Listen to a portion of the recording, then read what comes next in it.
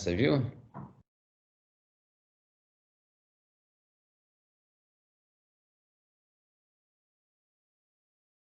Isso. Iniciado.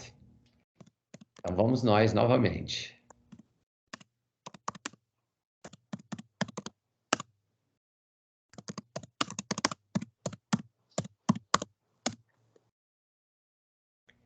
Bom, então essa aula, como eu falei, é uma aula que serve não só para neonatologista de UTI, mas para pediatras de um modo geral, já que a nossa proposta aqui é tentar abrir um leque aí de quais são as possibilidades de quando eu me deparo com um recém-nascido que se apresenta com desconforto respiratório. Quando a gente busca ver quais são as causas de internações em UTI, a gente vai ver que entre elas estão os quadros respiratórios. Eles podem vir isolado, eles podem vir associado à prematuridade, eles podem vir associado à criança pós-termo, a líquido meconial, a quadro infeccioso, ou seja, então ele tem uma gama muito grande aí de causas, né, desde causas mecânicas até causas metabólicas, infecciosas. E para que eu possa chegar a esse diagnóstico, logicamente que eu vou ter que começar fazendo uma boa história, procurando informações, fazendo um bom exame físico dessa criança, e aí daí eu chego ao meu provável diagnóstico, e a partir daí, quais são as minhas medidas, né, terapêuticas mais específicas que eu vou tomar. Eu gosto sempre de mostrar isso aí, só para a gente ter uma ideia. Eu gosto muito da frase que meu pai usava muito, que ele dizia assim: criança não é um adulto pequeno, né? E eu gosto eu acrescento a essa frase que o recém-nascido não é simplesmente uma criancinha pequenininha, né? Existem muitas diferenças e quando a gente fala de quadro da parte respiratória, a gente olha só que mudança dramática que ocorre de uma criança que nasce prematura com 30 semanas até a idade, até o termo já muda bastante, né? Você imagina aí, volume pulmonar, que era de 25 ml, no termo chega a ser quase, né? Não chega a ser 10 vezes, mas umas 8 vezes maior, né? Se eu for ver um adulto, o aumento é de 23 vezes. O número de alvéolos cresce absurdamente. A área de superfície corporal cresce a nossa vida toda aí mais de 20 vezes, né? E o pulmão a gente sabe que cresce, alguns dizem que cresce até a idade, final da idade escolar. Então, por isso que a criança, muitas vezes, quando tem uma agressão muito grave num pulmão, né, como um abscesso, como uma pneumatocele, que são áreas de necrose, tudo, essas crianças, meses depois, ela tem praticamente uma recuperação quase que completa desse pulmão.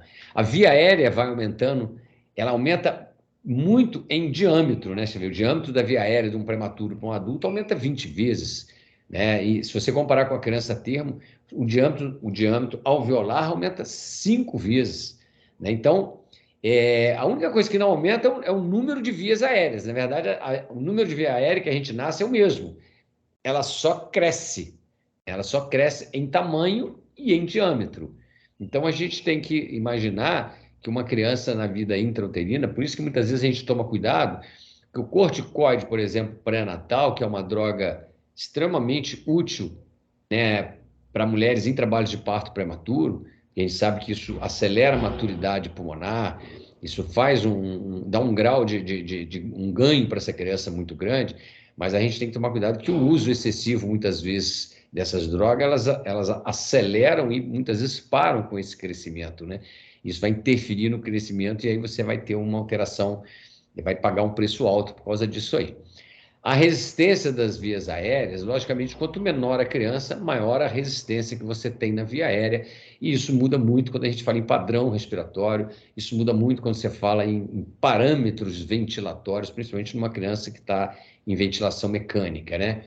A área de troca, nós já mostramos que aumenta muito, então, uma criança prematura, um comprometimento alveolar, intersticial, isso compromete muito a troca, compromete muito a complacência, né? Ou seja, diminui muito a complacidade, a complacência desse pulmão, que fala em termos de elasticidade, né?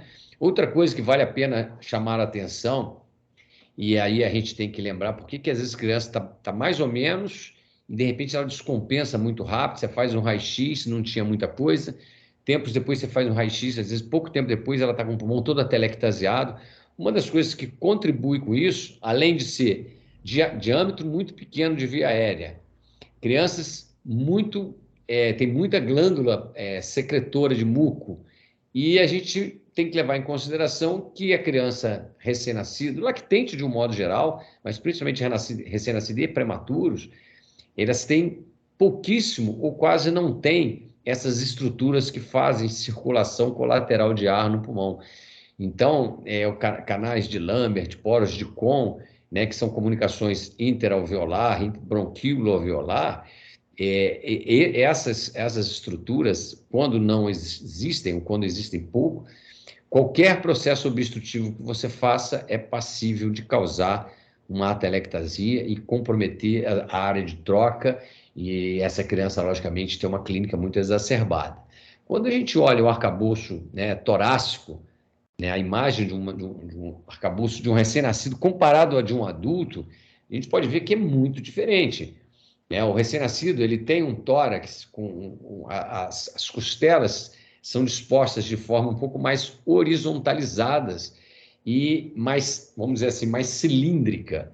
Por isso que quando a gente olha um recém-nascido respirando, um lactente pequenininho respirando, sem roupa, a gente observa muito mais movimento abdominal do que torácico, porque o tórax, como o gradil é retificado e cilíndrico, por mais que ele expanda esse pulmão, ele não faz muito movimento de tórax, ele faz muito mais movimento de abdômen.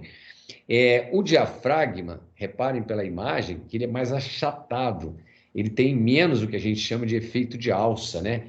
Que seria quando ele contrai, ele abre mais a caixa torácica. No recém-nascido, ele é mais plano, vamos dizer assim, então ele abre menos a caixa torácica.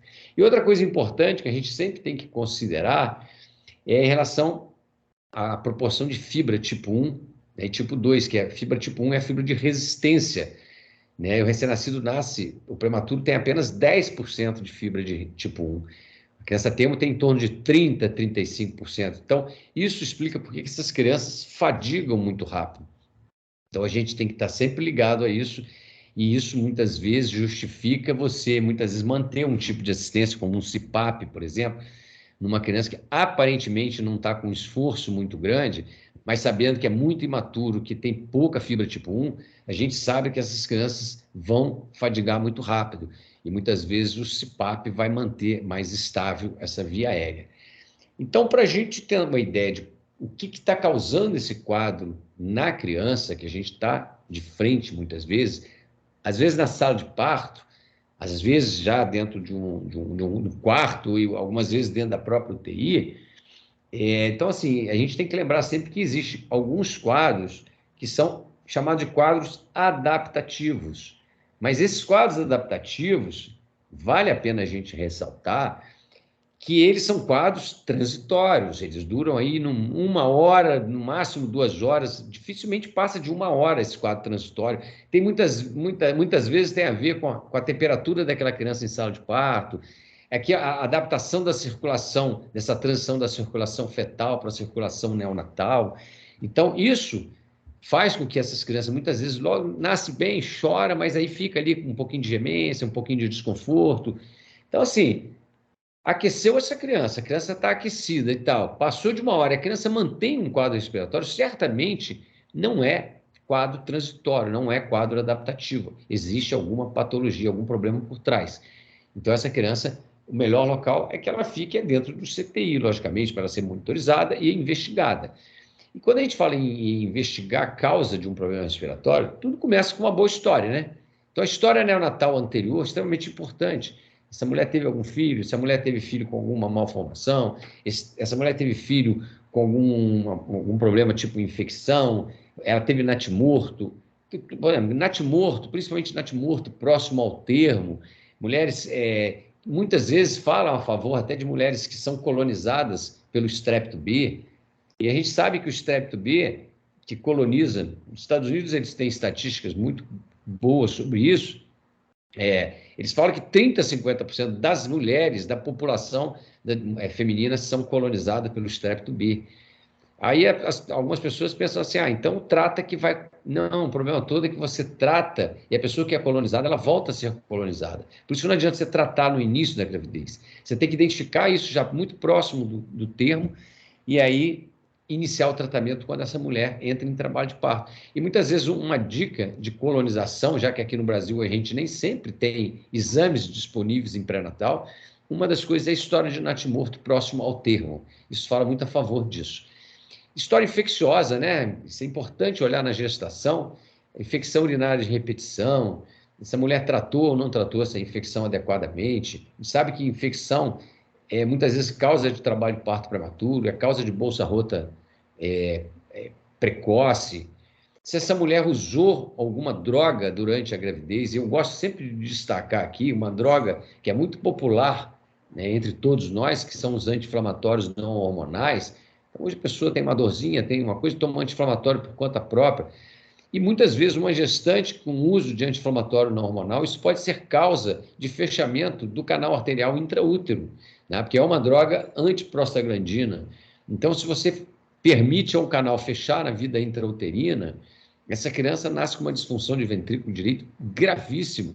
E são muitas vezes crianças que têm grande chance de evoluir para o óbito, por mais que você faça por ela no período neonatal. Se essa mulher tem trabalho de parto prematuro, se ela usou ou não usou corticoide, isso muda muito a evolução num prematuro ao nascimento. Se ela fez ultrassom, se ela identificou alteração no ultrassom. E aí eu gosto de ressaltar que ultrassonografia não basta ter feito ultrassom, é importante que o ultrassom seja feito por alguém que seja capacitado e habilitado para fazer um ultrassom fetal de maneira adequada, porque informações incorretas de um exame como esse atrapalha bastante, né? Aí as pessoas falam, nossa, mas como assim? A gente vê, às vezes é gemelar no ultrassom que nasce uma criança só. Eu já vi uma criança só no ultrassom que nasce gemelar. Eu já vi, nós vimos, não, um ano passado, eu acho, um retrasado, no Fernandes Figueira, um pai que teve um filho com hérnia diafragmática, que, pessoa humilde, a criança nasceu no Fernandes Figueira, a criança sobreviveu à hérnia diafragmática e a mãe engravidou de novo. Essa mãe muito preocupada, ficou grávida e ela muito preocupada, começou a fazer pré-natal na rede pública, fez um ultrassom na rede pública, e aí, informação, um ultrassom totalmente normal. O pai, não satisfeito com aquilo, queria mais informações, pagou um ultrassom particular. Na consulta com esse médico, ele ressaltou ao médico que ele estava pagando um ultrassom, que já tinha feito um na rede pública, mas ele estava pagando porque ele estava muito preocupado com essa situação, com medo de repetir. O médico fez o ultrassom, garantiu a ele que estava tudo normal. Conclusão: a criança nasceu num hospital de maternidade de baixo risco e a criança tinha hérnia diafragmática. E essa criança foi transferida para o Figueiras. E aí esse pai deu muito trabalho, porque ele dizia até, depois de um certo tempo de internação, que a gente tinha roubado o pulmão do filho dele, porque ele fez exames que mostravam que o filho dele tinha pulmão. E a gente falava para ele que o pulmão do menino era muito pequenininho. Então, o exame, não basta fazer o exame, tem que fazer com quem sabe, e o ultrassom é médico dependente, né? Idade estacional, né? Se você tem um distúrbio respiratório num prematuro, você vai pensar em algumas doenças. Se você tem numa criança pré-termo tardio, termo, você pensa em taquipneias transitórias, são muito comuns. Se tem pós-termo, você tem que pensar em hipertensão pulmonar, você tem que pensar em mecônio, em aspiração meconial. Então, são patologias que vão predominar numa idade estacional ou em outra mais ou menos frequente. A informação em relação à quantidade de líquido amniótico também é uma informação importante. A gente sabe que quando você tem informação de polidramenia, né, a gente sempre tem que pensar na possibilidade daquele feto ter uma patologia obstrutiva do aparelho digestivo, principalmente a atresia de esôfago, atresia de duodeno, né? Se você tem, por outro lado, oligodramenia, muito no início da gravidez, isso fala muito a favor de patologias renais graves, que muitas vezes pode cursar com hipoplasia pulmonar grave, que é a síndrome de Potter. Então, todas as informações são extremamente importantes. Se essa mulher entrou em trabalho de parto, ou não entrou em trabalho de parto, o trabalho de parto é um sinal de que, se dentro do termo, é um sinal de que a criança está, vamos dizer assim, pronta para nascer, né? Já que a absorção do líquido pulmonar produzido na vida intrauterina, a gente sabe que parte do líquido amniótico vem numa produção do líquido do pulmão. Então, o pulmão produz muito líquido que colabora com o montante do líquido amniótico. E na vida intrauterina, a criança faz movimento ínsi expiratório, e a gente sabe que a epiglote ela funciona como uma válvula que ela permite muito mais a saída do líquido do pulmão fetal do que a entrada do líquido amniótico para dentro do pulmão. Então ele produz esse líquido, vai estimulando o crescimento pulmonar, e esse líquido vai saindo do pulmão. Só que quando a criança vai chegando perto do termo, esse líquido tem que ser absorvido, não pode nascer com o pulmão encharcado, senão ela vai evoluir com desconforto respiratório. Né? E a gente sabe que o trabalho de parto, muitas vezes, é um sinal de que você já está aí com quase 70% do líquido absorvido. Por quê? Porque a mulher, quando chega com 34 semanas mais ou menos, ela vai ter um estímulo hormonal, cortisol e catecolamina, que aumentam na circulação materna, que param a produção do líquido pulmonar e começa um processo de absorção desse líquido. Quando essa mulher chega e entra em trabalho de parto, termo, ela já absorveu aí 1/3 mais ou menos do líquido, mas ela ainda tem uns 70% de líquido no pulmão, de pulmão tomado por líquido. Então ela entra em trabalho de parto. O que caracteriza o trabalho de parto? Contração, dor. E a dor gera estresse, e o estresse gera a liberação de cortisol e catecolamina.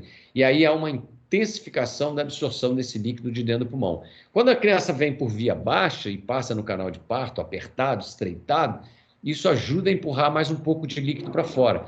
Conclusão, quando a criança chega na vida extrauterina por via baixa, a gente tem a garantia de que essa criança fez todo um processo de absorção do líquido. Porque ela nasceu, ela ainda vai ter um resíduo de líquido, mas quando ela respirar uma primeira vez, e o choro tem uma representatividade muito grande, porque é uma inspiração mais forte, vamos dizer assim, uma respirada mais forte, é a primeira, porque ela vai insuflar ar dentro desse alvéolo, esse líquido que estava ali dentro precisa ser absorvido para dentro do vaso. Como os vasos na vida intrauterina pulmonar estão em vasoconstrição, porque o ambiente intrauterino é um ambiente hipóxico, ao nascimento, ao respirar ar ambiente com 21%, ele abre os alvéolos, joga ar ambiente no alvéolo, esse oxigênio entra na circulação fetal, a PO2 do feto, que está em torno de 25, 30, sobe para 50, 80, que é o normal da PO2 de um recém-nascido, por isso eles têm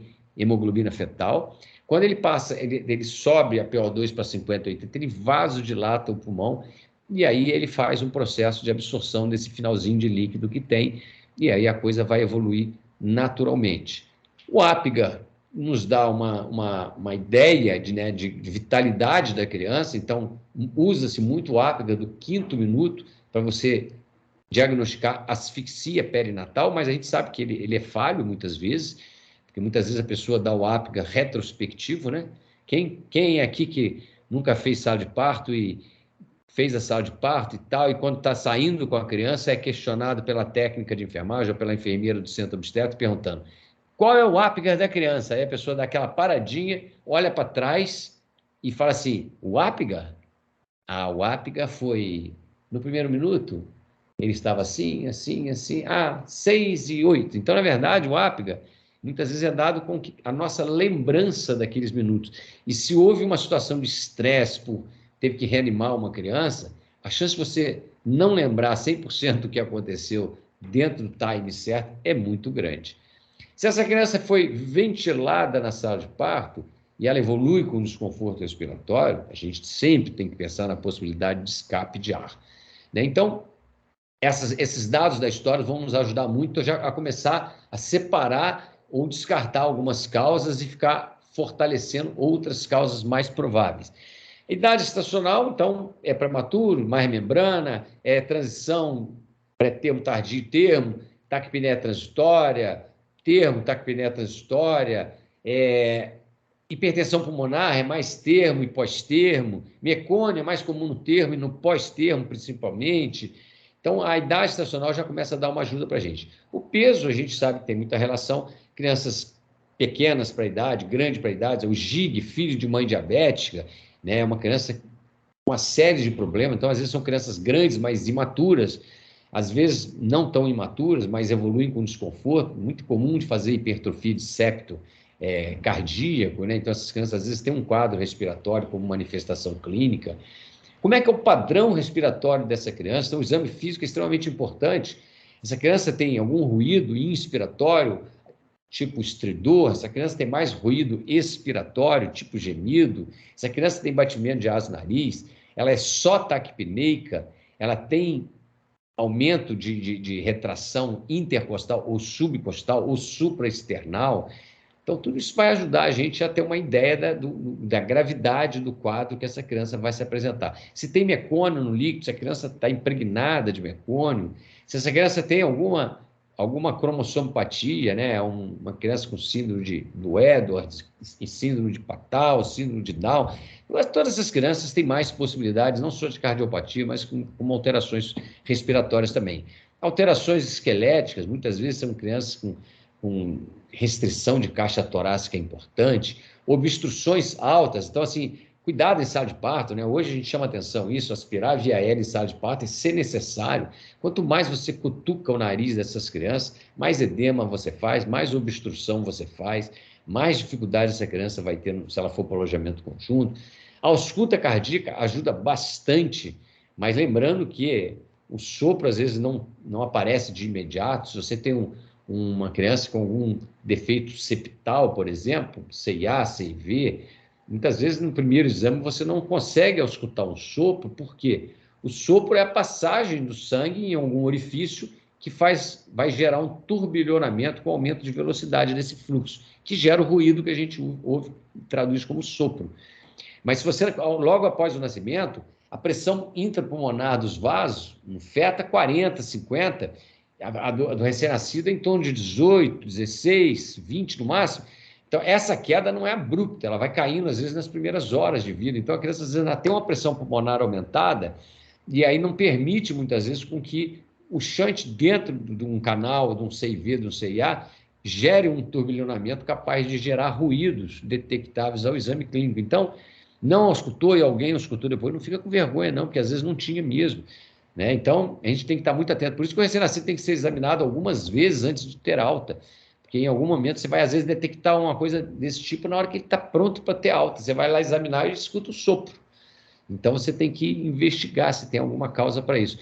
Pulsos, né? É sempre bom a gente testar pulso, a gente sempre chama atenção, diferença de pulso, né, de membro inferior para membro superior, né, é a coartação de aorta. Hoje, a maioria desses diagnósticos, nos bons pré-natais, são feitos, né, na vida intrauterina, né? Mas quando não tem, a gente tem que contar muito com o nosso exame clínico.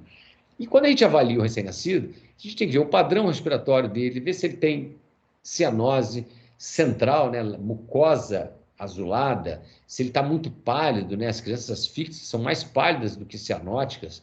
Como é que está a frequência respiratória? Então, a gente considera no recém-nascido como taquipneia acima de 60, se ele tem algum sinal de esforço respiratório, né? Então, quem não consegue identificar um recém-nascido com um quadro desse, ó, tem gemência, tem retração, tem batimento de asa do nariz. Isso é dentro da sala de parto, a pessoa pode até pensar que isso aí possa ser adaptação, mas passou da primeira hora e continua com um quadro assim, tem que investigar, porque tem alguma coisa por trás.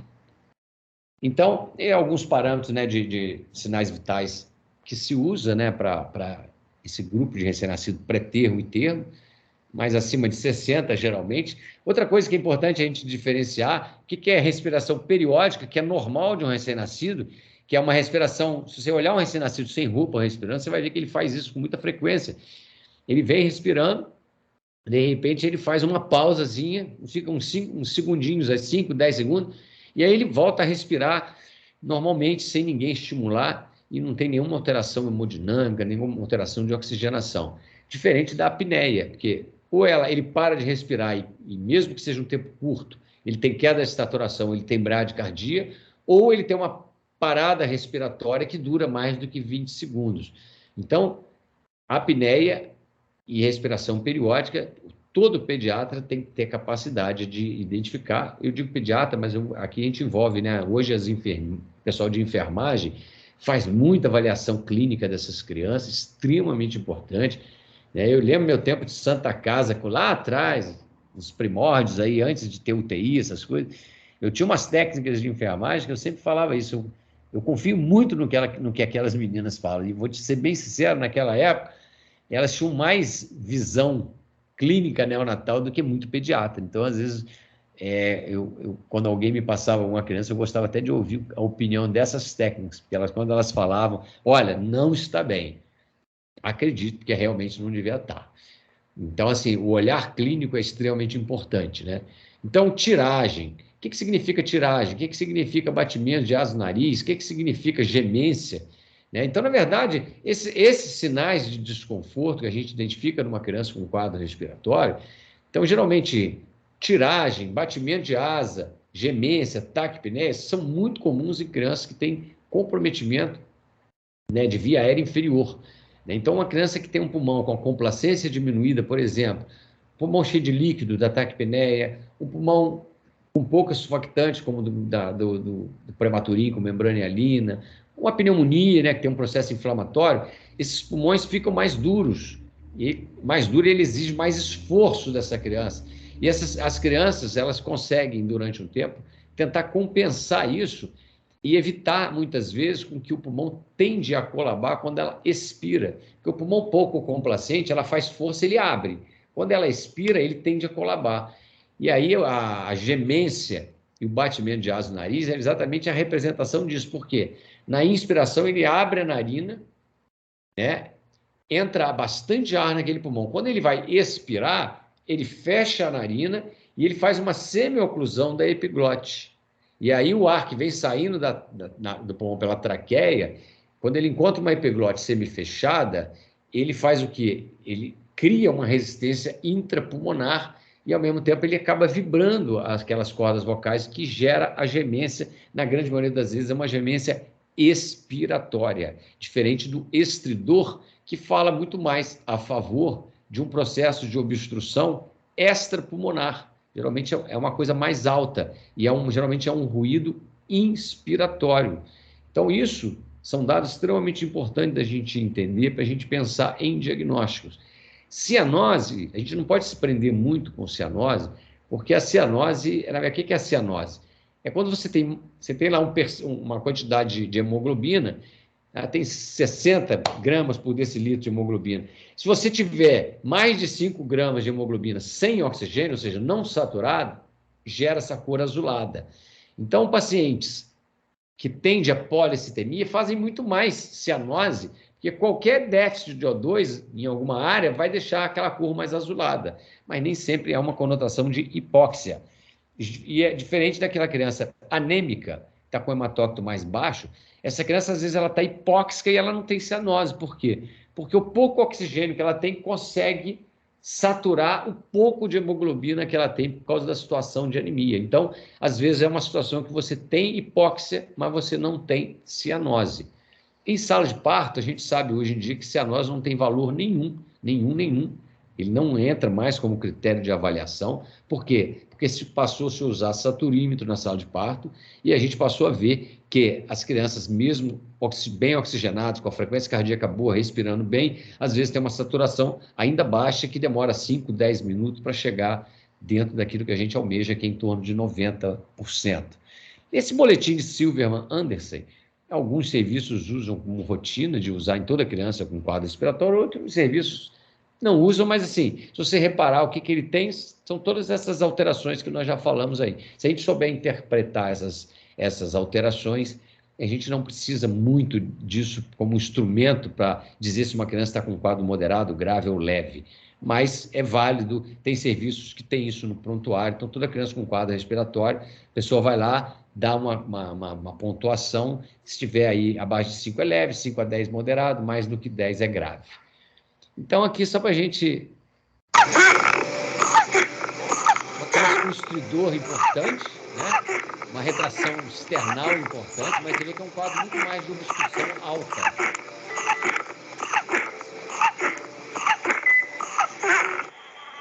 Esse já é um quadro, uma criança com tiragem subcostal e uma gemência muito expiratória. O tempo expiratório prolongado, né? Então, quando a gente está examinando, a gente tem que perceber isso, né? Aí um batimento de asa no nariz clássico, né?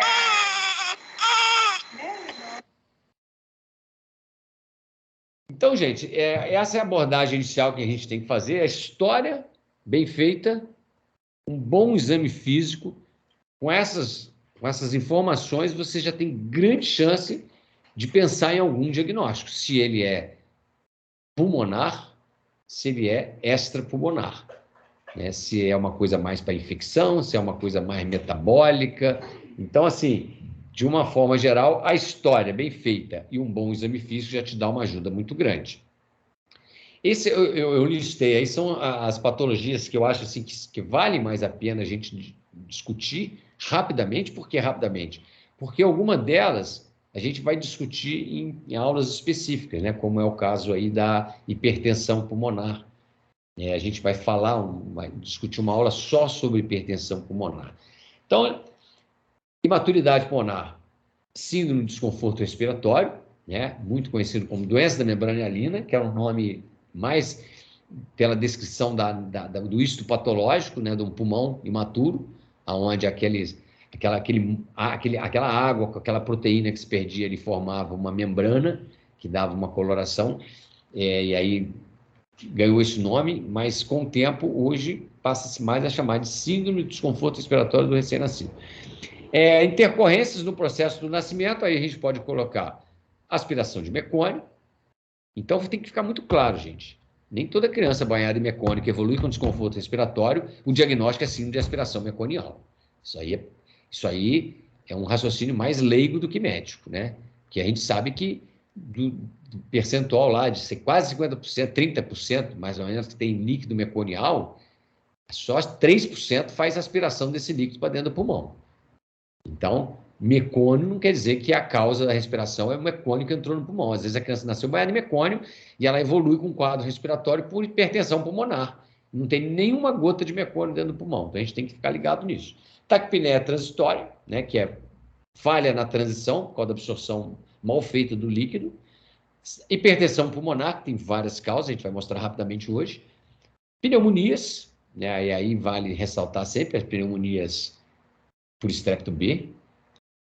Pneumotórax, né, o escape de ar de um modo geral, são situações, muitas vezes, às vezes iatrogênicas, mas às vezes pode ocorrer de forma espontânea, nem sempre são drenados, então tem pneumotórax não hipertensivo, que você trata de maneira bem conservadora e absorve completamente. Então, você poupa a criança, muitas vezes, de uma drenagem de tórax. E as malformações, que muitas vezes podem vir acompanhado, né, ou de malformação no pulmão, ou de alguma coisa que comprometa o pulmão. Por exemplo, a atresia de esôfago, muitas vezes vem com fístula para dentro do pulmão, então aquela criança acaba fazendo pneumonia. Então, você tem algumas malformações que são do pulmão. Hérnia diafragmática, um defeito no diafragma, mas que a entrada do conteúdo abdominal para dentro do tórax interfere com o crescimento normal daquele pulmão. Então, dependendo do momento que isso ocorreu na gravidez, você vai ter um quadro mais grave ou menos grave. Então, o raio-x é a primeira ferramenta, depois da história e do bom exame físico, que vai me ajudar a chegar a um diagnóstico, né? Então, quando a gente pega uma criança com um raio-x desse, um pulmão homogeneamente branco, onde você não consegue nem diferenciar o que é coração, o que é pulmão, o que é fígado, por exemplo. Tá, tudo tem a mesma densidade. Então, é um pulmão que tem pouquíssimo ar ainda, um pulmão extremamente duro, um pulmão pouquíssimo complacente. Com certeza, para ventilar esse pulmão, você vê que essa criança está entubada, mas ela está muito mal ventilada. Então, se você ventilar uma criança e olhar um raio-x, ver um raio-x branco desse, se você não tomar nenhuma medida para abrir esse pulmão, nada que você faça aí pode ajudar essa criança. Então, você vai ver que tem broncogramas aéreos, né, bem delimitado, e gente, sempre bilateral, né? Doença da membrana hialina ou síndrome de desconforto respiratório. Aqui você tem um pulmão com um volume pulmonar bom, você vê, ó, 1, 2, 3, 4, 5, 6, 7, 8, 9. Está até um pulmão que, se você for olhar para padrão de recém-nascido, está até insuflado demais, com 10 arcos visíveis. É um pulmão de volume muito grande. E você vê que é um pulmão que tem um borramento, né, paracardíaco bilateral, né, parece aquele coração que a gente chama coração felpudo, e na verdade retrata mais a presença de líquido dentro do pulmão. Às vezes tem crianças que você consegue ver até a cisura dela aqui no raio-x. Então, taquipneia transitória O raio-x pode ser totalmente normal se o volume de líquido dentro do pulmão for pequeno, mas ele pode ter um pulmão muito congesto, até às vezes até com lâmina de derrame pleural, quando a quantidade de líquido pulmonar ainda for muito grande. Esse aspecto de vidro moído, né, que a gente viu que parece muito com aquele padrão da membrana hialina, mas a gente tem que tomar cuidado que muitas vezes um prematuro, ele nasceu prematuro porque a mãe é colonizada, a infecção desencadeou um trabalho de parto, fez rotura precoce de bolsa, e essa criança às vezes é infectada intraútero ou no canal de parto. E essas crianças muitas vezes nascem com um padrão radiológico muito parecido com a membrana hialina quando ela é prematura. Então eu sempre bato na tecla que algumas vezes na minha prática, de sobreaviso, por exemplo, às vezes o pediatra liga para mim e fala assim: olha, tem uma criança com uma membrana hialina grave, que a gente já fez surfactante, não está melhorando, tal. Qual a idade estacional? A pessoa fala assim: 34 semanas. Gente, a gente sabe que o surfactante começa a ser produzido ali depois da 22ª, terceira semana, muito pouquinho, ele vai aumentando a produção na 30ª e tem um pico de produção de surfactante com 34 semanas. Então, eu sempre digo assim, qualquer prematuro, já muito próximo do pré-termo tardio, que faz um quadro pulmonar, que parece uma membrana hialina, a gente sempre tem que desconfiar de pneumonia por estrepto B. E a pneumonia por estrepto B, ela tem uma característica, muitas vezes, é que a criança vai piorando muito, às vezes nasce, ela está em CPAP, daqui a pouco ela vai piorando o esforço, vai ficando mais hipóxia, vai precisando mais oxigênio, daqui a pouco você tem que aumentar a pressão, daqui a pouco ela está entubada, daqui a pouco ela está com hipertensão pulmonar. Então, assim, é um quadro, às vezes, tem uma evolução nos primeiros horas, né, o primeiro, segundo dia de vida, muito rapidamente. Tá? Então, mas, logicamente, que aí você tem que buscar na história se essa mãe tem alguma coisa para infecção. E, geralmente, as crianças que têm pneumonia, com quadro radiológico dessa natureza que vocês estão vendo, geralmente essas crianças têm alteração hemodinâmica, são crianças que, prematuro, com doença pulmonar grave, fazendo hipotensão, precisando de suporte hemodinâmico, certamente ele tem infecção associada. Ou então é o quadro principal. Por isso que às vezes a pessoa fala, eu fiz 3 surfactantes, não melhorou, e não vai melhorar, porque a base da doença é inflamatória por infecção, e a surfactante não tem uma ação muito boa nesses quadros, acaba sendo inativada muitas vezes. Então, membrana hialina propriamente dita, ou você hoje trata sem surfactante, ou na grande maioria das vezes com dose única de surfactante. Aspiração de mecônio, como eu falei, primeiro, base, você tem que ter a história de mecônio no líquido amniótico. Uma criança que logo depois evolui com desconforto respiratório e que, ao radiografar essa criança, você tem um padrão de infiltrados grosseiros. É muito mais comum à direita do que à esquerda, por causa do bronquifonte ser mais inclinado. Agora, lembrar que se a aspiração é um conteúdo pequeno, nem sempre você tem imagem radiológica muito precoce. Então, às vezes, você nasceu uma criança, você radiografa logo 1, 2 horas de vida, não vê nada, não tem nada. Você radiografa, e a criança evolui mal, você radiografa aí 12 horas, 20 horas, e aparece aquele monte de imagem inflamatória no pulmão. Então, a gente tem que ficar atento com isso, nessas aspirações. O escape de ar, né, que a gente tem que estar sempre ligado, porque quando o hipertensivo é uma emergência, que tem que ser, não dá tempo do cirurgião chegar, é o neonatologista que tem que drenar, e todo neonatologista tem que estar apto a isso, não é nada difícil, extremamente simples fazer isso, tá? Então, mas se ele não for hipertensivo, você não precisa drenar na grande maioria das vezes, basta ter paciência, controlar a ansiedade, que a coisa vai evoluir bem. Isso aí, uma iatrogenia, né, que hoje a gente deve ver bem menos, né? As fixações de tubo evoluíram muito.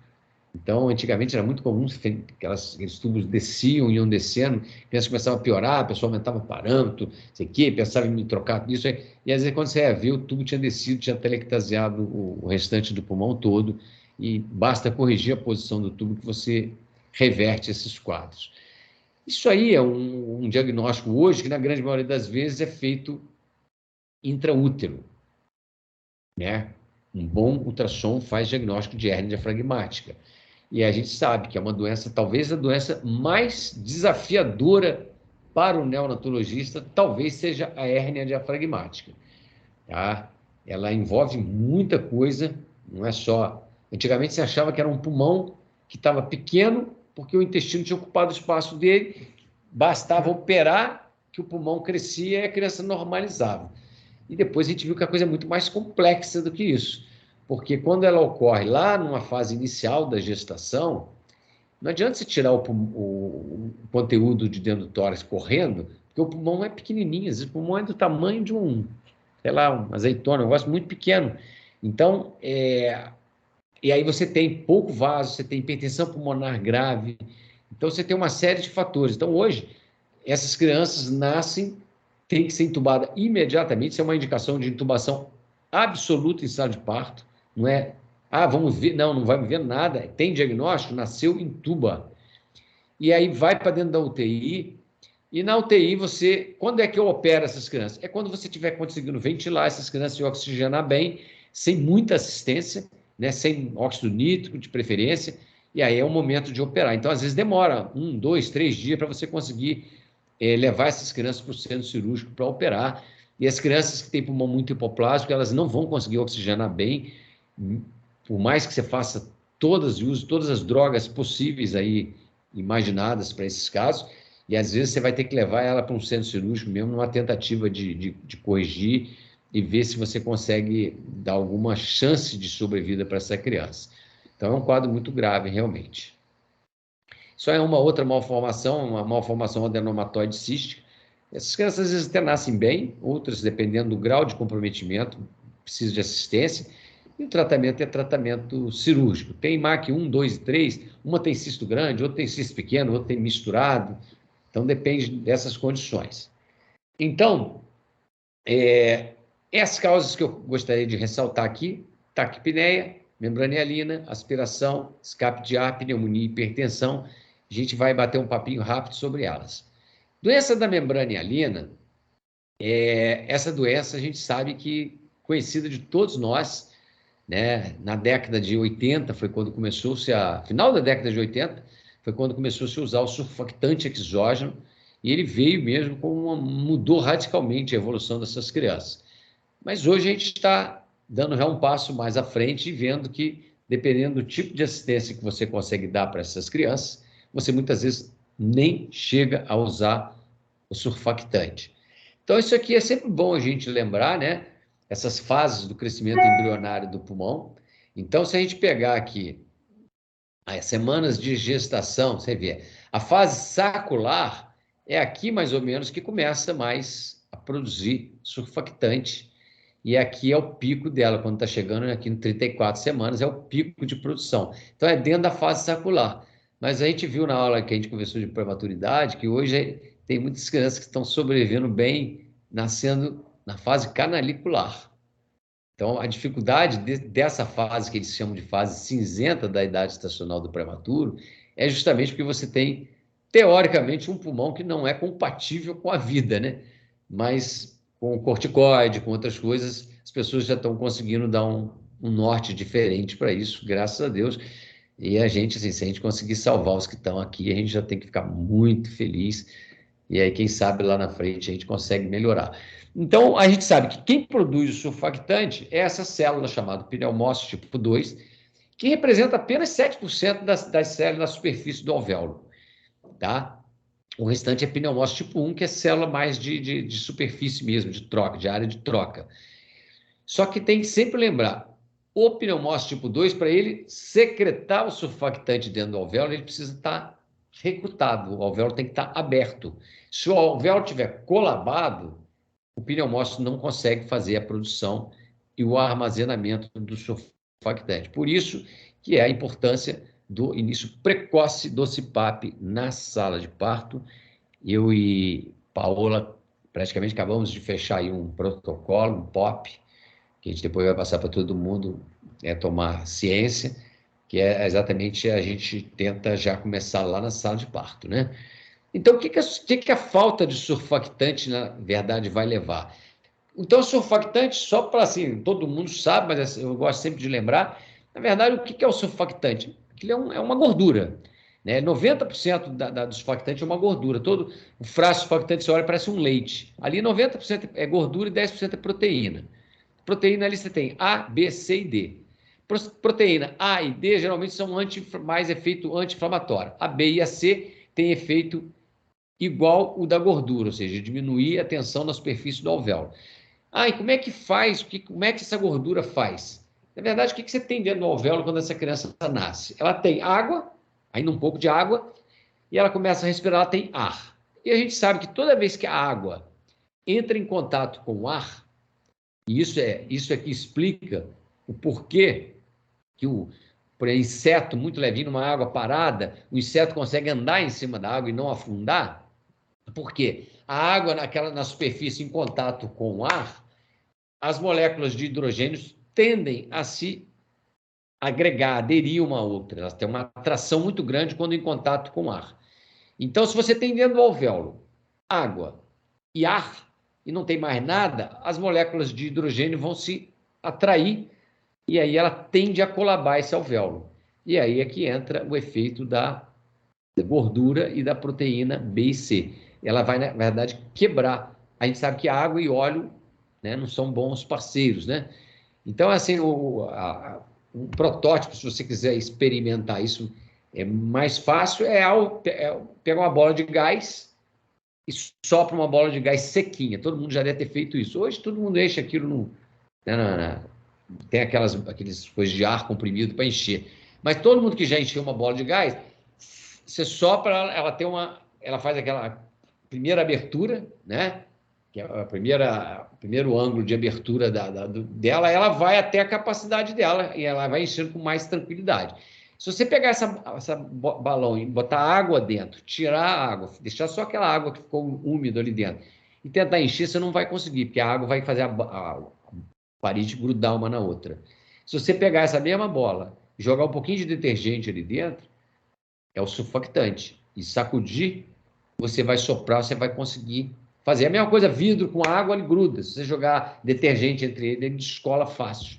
Esse é o efeito do surfactante. Então, se você não tem, os alvéolos tendem a colabar, tendem a começar a fazer microatelectasias. Isso tem um impacto na redução da elasticidade do pulmão, ou seja, o pulmão vai ficando menos complacente, e aí as áreas que não estão complacentes são difíceis de abrir com a respiração, então elas ficam fechadas na íns, então o ar que entra no pulmão passa por aquelas áreas sem trocar, tá? Então ele não consegue trocar, e aí você começa a chuntar por dentro do pulmão. Isso tende a gerar hipóxia, que vai gerar acidose. Hipóxia e acidose faz mais vasoconstrição, diminui mais o fluxo de sangue e de sangue para troca nesse pulmão. Isso gera um processo inflamatório, que muitas vezes vai tendo quebra ali da parede ali, com extravasamento de água e proteína para dentro do alvéolo, que é o que gera essa formação de uma membrana que veio a levar esse nome de membrana hialina. Então, a gente tem que quebrar esse ciclo, ou fazendo com que o pulmão produza surfactante, ou, se não conseguir, ventilando, abrindo o pulmão e jogando surfactante dentro desse pulmão. Então, a gente sabe que quanto mais imaturo é a criança, mais chance dela ter pouco surfactante. Então, a estatística mostra menor que 28 semanas, que menor que 1 quilo, 50% a 80% vai ter deficiência de surfactante. Então, esses são os que mais se beneficiam do CPAP na sala de parto. Sexo masculino, filho de mãe diabética, asfixia, cesariana sem trabalho de parto, que não teve o estresse, e a gente sabe que isso já foi uma causa muito grande de óbito, né? Então, essa membrana que forma dentro do alvéolo isso aí, na verdade, é água e proteína, é o que gerou esse nome da membrana hialina. Como é que a gente pode prevenir isso? Diminuindo parto prematuro, ou seja, melhorando o pré-natal, e uma vez que uma mulher entra em trabalho de parto, seja lá qual o motivo, abaixo de 34 semanas, usar o corticoide materno dentro do que é recomendado pelo consenso de corticoide. A mais usada é a betametasona, 12 mg a cada 24 horas, 2 doses é um ciclo. Se essa mulher ficou em trabalho de parto, fez tocolítico, né? Inibiu a tocólise, conseguiu não nascer a criança, der uma semana, alguns obstetras repetem o ciclo, outros não repetem. Mais de 2 ciclos, não, nunca mais. Por quê? Porque excesso de corticoide pode fazer parar o crescimento do pulmão e pode também ter impacto, levando à atrofia cerebral. Então, a membrana hialina, do modo geral, os cuidados começam na sala de parto, aonde você, numa criança que tem respiração espontânea, a gente muitas vezes usando o CPAP, a gente consegue muitas vezes prevenir a necessidade de intubação, ventilação e surfactante. Aquecimento, a gente já falou sobre isso na aula de prematuridade, né? Evitar a hipotermia desde o nascimento até a entrada na UTI, né? Isso aí muda as morbidades dessas crianças. Acesso, geralmente crianças muito imaturas, que vão ficar em ventilação, principalmente, muitas vezes se cateteriza artéria e veia, mas hoje, se a criança não está com uma assistência muito importante, muitas vezes, e a criança não é um prematuro muito extremo, a gente tem conseguido fazer o que foi feito com esse menininho que está internado aí, que é você não ter que cateterizar, às vezes consegue segurar numa veia periférica, e aí até que a enfermagem consiga passar um epicutâneo, porque essas crianças vão demorar para chegar em dieta plena, vão precisar de parenteral. Então, assim, o cateterismo de veia e artéria depende muito do prematuro, não é uma coisa automática, porque isso a gente sabe que aumenta a morbidade, aumenta risco, né, de uma série de coisas, mas, logicamente, que é a via de acesso mais fácil para o pediatra. Agora, a partir do momento que a enfermagem consegue dizer, não, tem acesso periférico, e dá para segurar, a gente às vezes tenta segurar. Oferta de líquido, a gente falou também isso na aula de prematuridade, tem que tomar cuidado para não dar líquido demais, nem líquido de menos. Sódio, potássio, começar na hora certa, geralmente segundo, terceiro dia, e aí a oferta vai depender do nível desses eletrólitos dosados. Precisa ou não precisa de suporte hemodinâmico, né? Isso vai depender muito do quadro geral dessas crianças.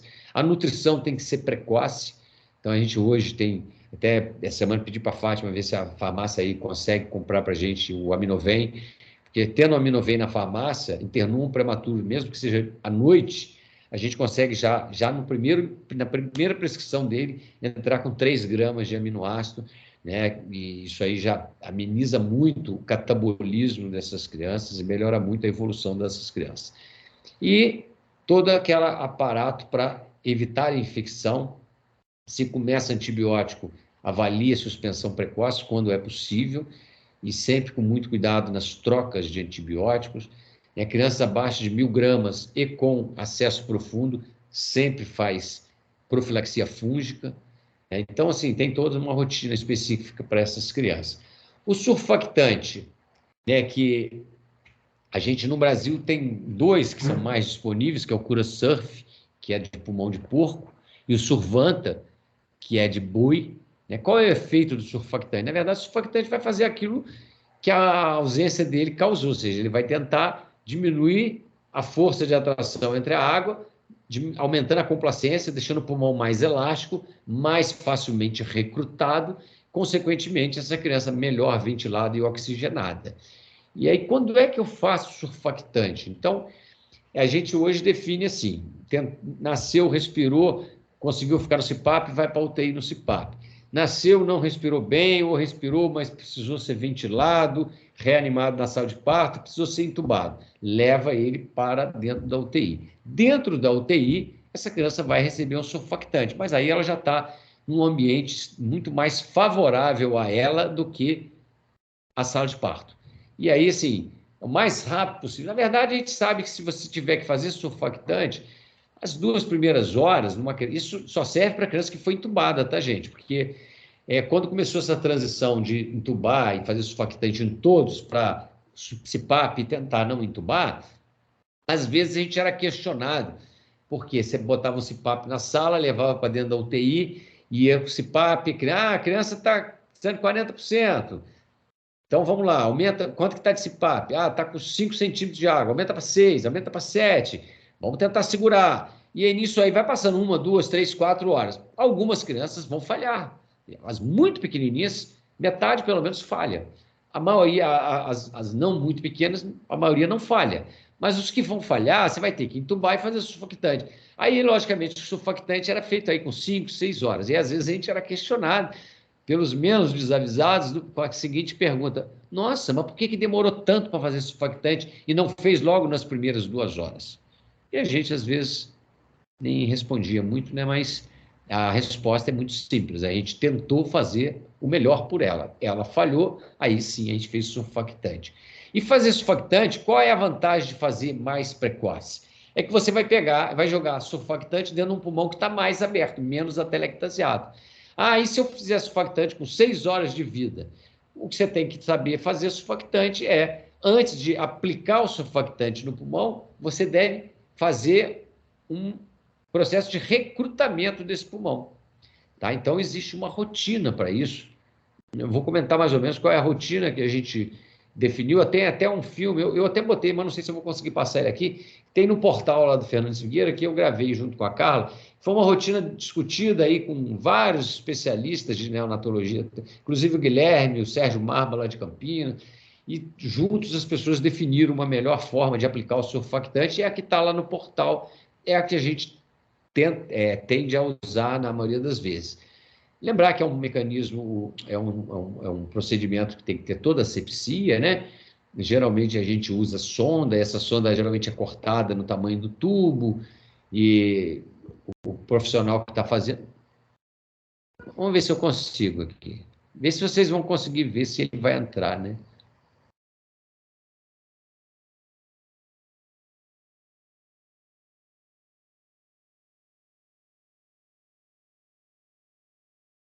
A tela apareceu para vocês? Apareceu. A tela apareceu para vocês? Apareceu. Iremos demonstrar a administração de surfactante exógeno, chamando atenção para os cuidados antes, durante e depois a aplicação do surfactante. Lembrando que a criança irá permanecer em decúbito dorsal durante todo o procedimento, sempre de maneira confortável, garantindo o bem-estar da mesma. Então vamos iniciar com o preparo do material, lembrando que o surfactante deve ser aplicado em temperatura ambiente, por isso ele deve ser retirado previamente da geladeira e aquecido naturalmente, sem agitar esse aquecimento em no máximo 30 minutos. O procedimento deve ser totalmente asséptico, para isso a gente tem que garantir esse cuidado para a criança. Vamos lá. Iniciando com a higienização das mãos. E a gente irá usar o papel da luva estéreo como uma base de apoio para o material a ser utilizado.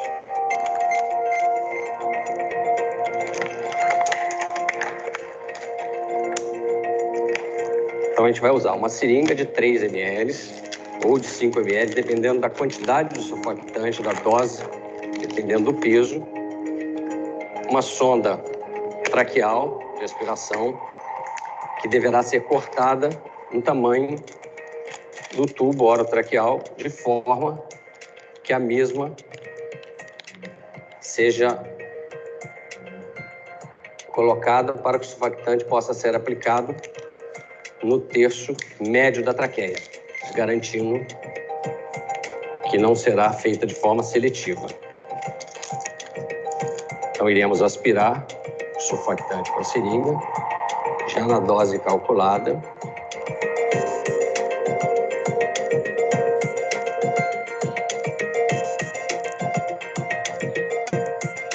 Então, uma vez colocado o surfactante na seringa, o mesmo deverá ser introduzido para preenchimento da sonda de aplicação do surfactante. Com a sonda preenchida com surfactante, a criança bem oxigenada e as manobras de recrutamento realizadas, iremos introduzir a sonda até o terço médio da traqueia,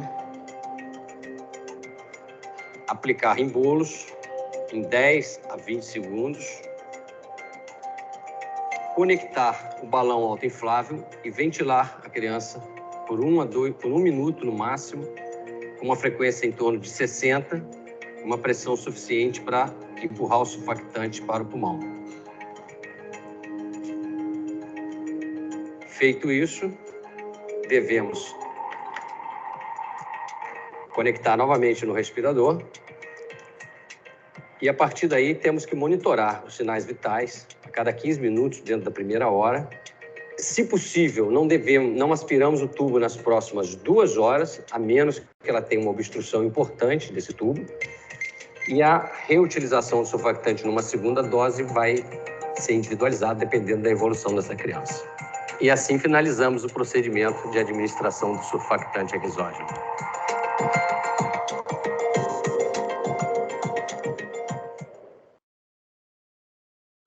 Então, gente, na verdade, o que é que a gente faz?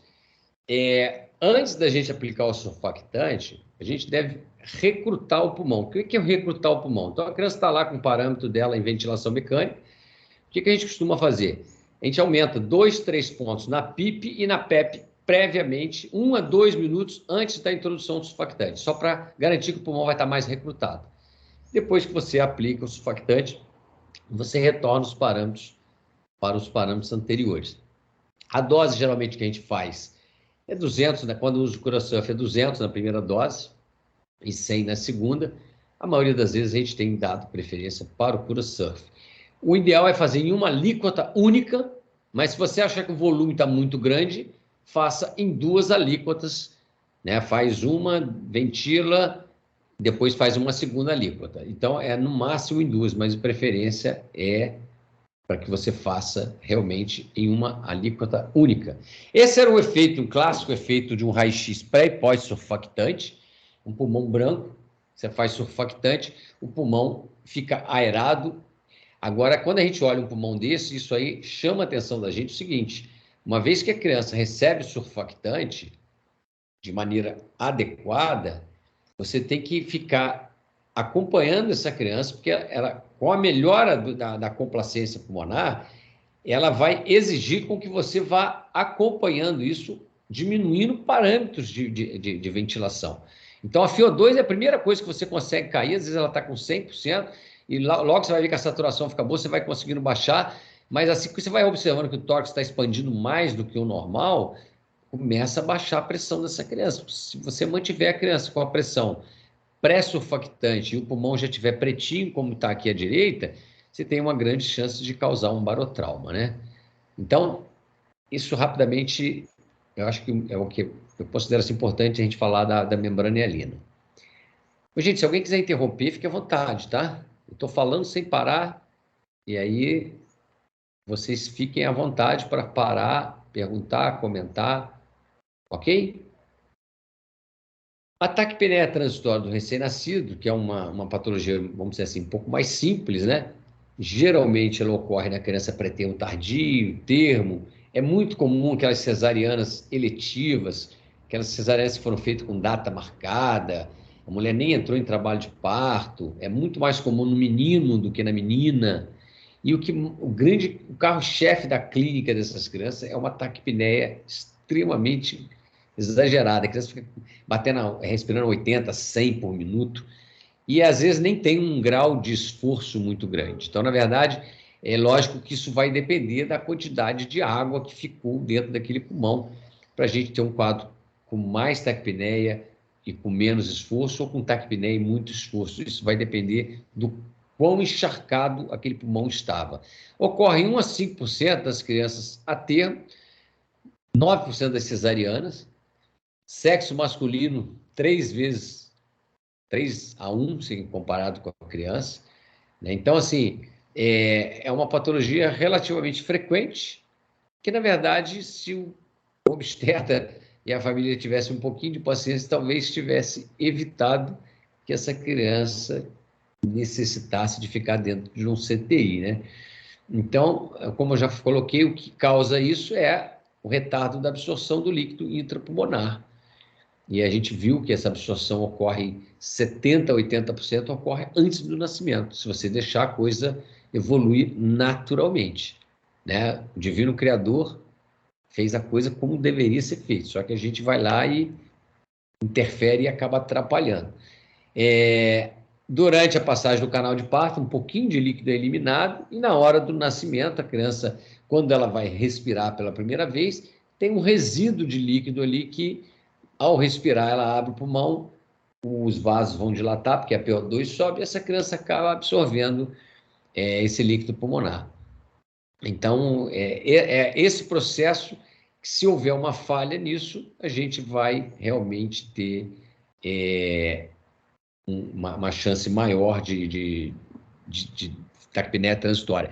E hoje tem trabalhos que mostram isso, que o trabalho de parto, a mulher que tem parto normal, por exemplo, pelo menos tem um trabalho de parto, ela, no estresse do trabalho de parto, ela tem muita produção de adrenalina e noradrenalina, e isso aí ativa os canais de cálcio, de canais de sódio, que tem a nível ali alveolar, vascular, intertício, e isso aumenta a absorção daquele líquido que está dentro do alvéolo para dentro do vaso. Então, o estresse do trabalho de parto é um fator que favorece a absorção e a diminuição desse diagnóstico. Característica, ela começa nas primeiras horas, então a criança geralmente nasce bem, tem Apgar bom, que às vezes eu ouço as pessoas falarem assim, nossa, mas nasceu tão bem, choro logo, teve Apgar 9 e 10, não tem nada a ver uma coisa com a outra. Ela nasce bem, ela chora, ela estava quase na hora de nascer, só que a não absorção do líquido vai gerar um quadro que começa aí nas primeiras horas e pode demorar de 2 a 5 dias para que seja totalmente absorvido. É mais comum no pré-termo, tardio e termo, é mais comum em cesárea sem trabalho de parto, sexo masculino, filhos de mães diabéticas, tem uma relação com mulheres que ficam em trabalho de parto tomando soro muito tenso, determinados tipos de solução mais hipotônica, então tem uma relação com isso. Sedação materna, mulheres com muita sedação, acaba contribuindo menos com o trabalho de parto. Então, todos esses fatores têm uma relação aí, pelo menos é descrito na literatura. Essas crianças geralmente são monitorizadas, a gasometria, hipóxia você consegue detectar, geralmente você faz a gasometria até para ver se tem alguma retenção de CO2, alteração de pH, geralmente o hemograma é normal, mas o grande problema é que às vezes essas crianças nascem, aí vão para dentro da UTI, aí faz um raio-x, o raio-x está muito sujo, é líquido, mas aí fica, tem hipotransparência, será que é infecção? Aí hemograma, aí acaba entrando com antibiótico. Então, muitas vezes são crianças que, ao invés de ficar 2, 3 dias dentro de um local para assistência adequada, acaba estendendo um pouco as custas de exames, de diagnóstico diferencial e até mesmo algumas vezes por causa de antibióticos que inicia-se e se prolonga além do tempo necessário. O raio-x, a gente viu que tem um raio-x clássico, né? Mas pode ser um raio-x totalmente normal, e são os diagnósticos diferenciais mais importantes, mas a clínica é muito mais branda do que desses outros quadros, né? Então, esse coração felpudo com pulmão de volume pulmonar muito grande, muito diferente da membrana hialina, que o volume pulmonar é pequeno. E o tratamento é suporte, oxigênio, que pode ser feito. Antigamente, muitos catéter, RUD, né? E hoje a gente às vezes prefere botar em CPAP, porque com CPAP muitas vezes você diminui a concentração de oxigênio que você vai dar para essa criança. Geralmente essas crianças inicialmente não têm condição de alimentar, vão ficar com sonda, você vai ter que alimentar por sonda, né, até que ela consiga sair do oxigênio e possa sugar. A síndrome de aspiração meconial, que é a outra patologia que a gente vai comentar rapidamente aqui, é mais comum, como eu falei, no termo e no pós-termo, é menos comum no pré-termo, porque o que libera o mecônio na cavidade? A hipóxia que gerou um reflexo de aumento de peristalse, relaxamento de esfíncter, a partir do momento que a criança, diante de uma hipóxia, ela faz uma redistribuição do débito cardíaco, predominando órgãos nobres, como cérebro, coração e suprarrenal. Então, acaba que muitas vezes o intestino aumenta a peristalse, o esfíncter relaxa e essa criança evacua. Então, isso é menos comum no pré-termo por causa da imaturidade desses reflexos no prematuro. Então, 10 a 20% das gestações têm líquido meconial, mas apenas 1 a 2% das crianças fazem aspiração desse mecônio para dentro da cavidade pulmonar. Então, gente, mecônio e desconforto respiratório não quer dizer que o diagnóstico é síndrome de aspiração meconial. Então, a gente tem que estar muito ligado nisso. O mecônio é uma gosma preta, colante, parece uma cola, que é formado por essas substâncias que a gente tem aí, água, bile, ácido biliar, suco pancreático, muco, sangue, lanugo, verme. Então, isso dentro do pulmão, se ela chega dentro do pulmão, além de mecanismos obstrutivos, ele causa uma reação inflamatória química e que acaba, muitas vezes, alterando os mecanismos de defesa daquele pulmão e, muitas vezes, gerando infecção. Mas lembrando sempre que mecônio é estéril, não tem bactéria no mecônio. Então, tem aspiração de mecônio é igual a antibiótico. Se você for olhar a literatura diz que não é igual a antibiótico. Mas, se você for perguntar, acho que 9 em cada 10 serviços, se a criança nasceu banhada em mecônio, fez um quadro respiratório precoce, fez um raio-x alterado, compatível com mecônio, precisou de assistência ventilatória, você faz ou não faz antibiótico? Acho que 9 em cada 10 faz. Pelo menos começa. Pode ser, aí tem uma parte que vai chegar a uma conclusão de que não houve infecção bacteriana e suspende precoce, mas, infelizmente, vão ter aqueles que vão começar o antibiótico, vão ficar fazendo 7, 10 dias de antibiótico. Então, geralmente, são crianças que tiveram uma situação de hipóxia intraútero. Então, lembrar que líquido meconial não quer dizer que a criança vai nascer grave. A criança pode ter tido um insulto hipóxico e isso ter sido revertido, e ela nasce bem, mas é importante que a obstetrícia detecte isso rápido e, uma vez que detecte mecônio no líquido amniótico, essa criança tem que ser retirada daí, ou induzir parto ou retirar por cesariana. O ambiente não está mais adequado para ela.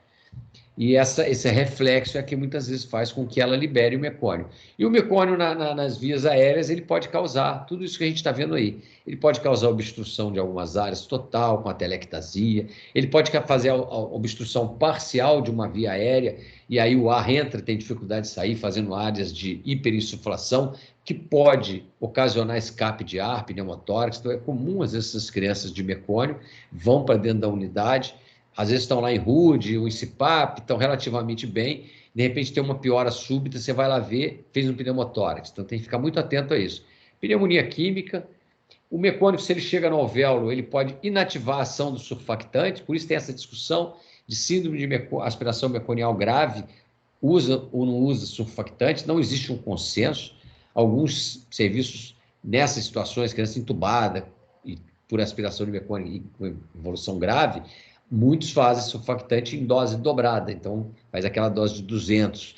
Mas a melhor forma de usar surfactante, não existe um consenso para isso.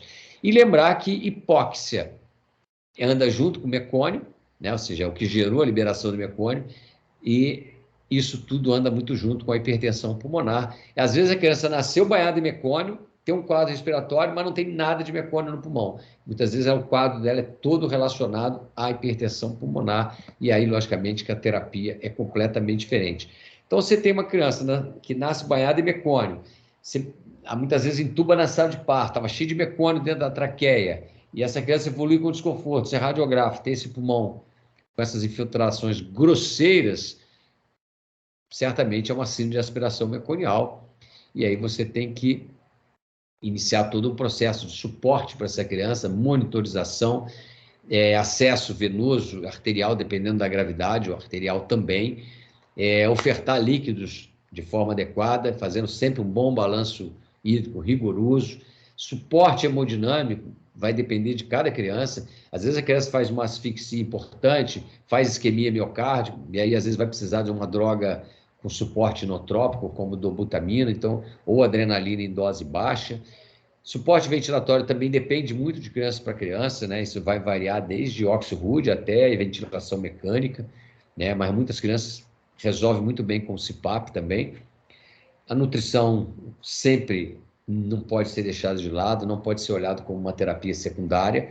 Então, o mais precoce que você puder começar por nutrição, né, por via digestiva, você começa, não podendo, não vá deixar essa criança muito, mesmo sendo criança termo e tal, se for demorar para alimentar, tem que começar a nutrição parenteral para ela. E antibiótico é essa discussão que eu já coloquei para vocês. O escape de ar, a gente sabe que você tem, como eu já falei, os pneumotórax que são hipertensivos e os não hipertensivos. Hipertensivo é uma emergência, essa criança que estava lá com uma assistência ou não, e que tem uma piora súbita. E o não hipertensivo, ela tem um desconforto, e às vezes você vai radiografar e ele é um achado, e você às vezes nem estava pensando muito nele. Assim também pode ser o pneumomediastino, que geralmente tem essas imagens que circundam o coração e que levantam o timo, como a gente está vendo aqui, essa imagem da vela, ou borboleta, como alguns chamam. Então, é a mesma coisa. Pneumomediastino, na grande maioria das vezes, ele absorve espontaneamente.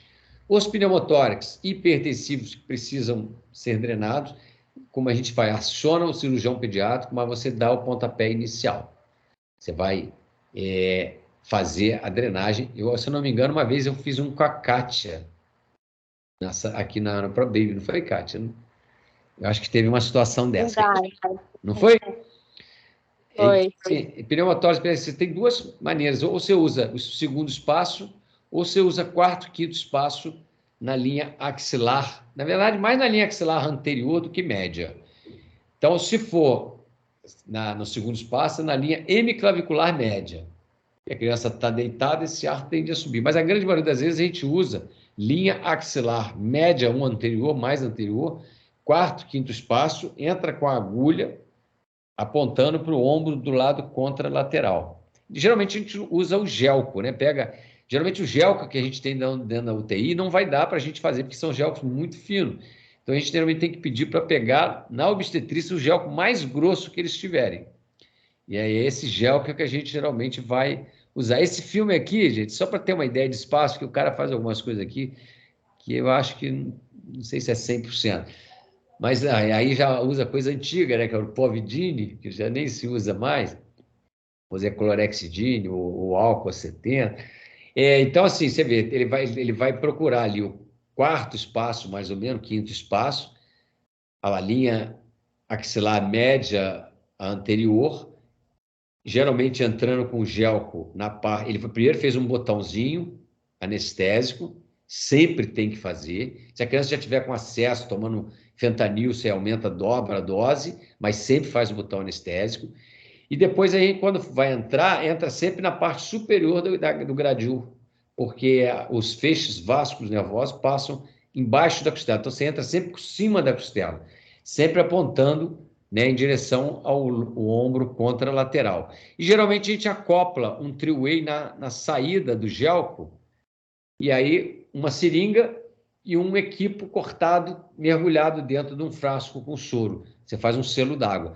Então, quando você entra com a agulha e que você conecta o agulha, você abre para a água, ele vai começar a borbulhar. E aí você, com a outra via de saída, você pode ajudar a esvaziar um pouco mais rápido.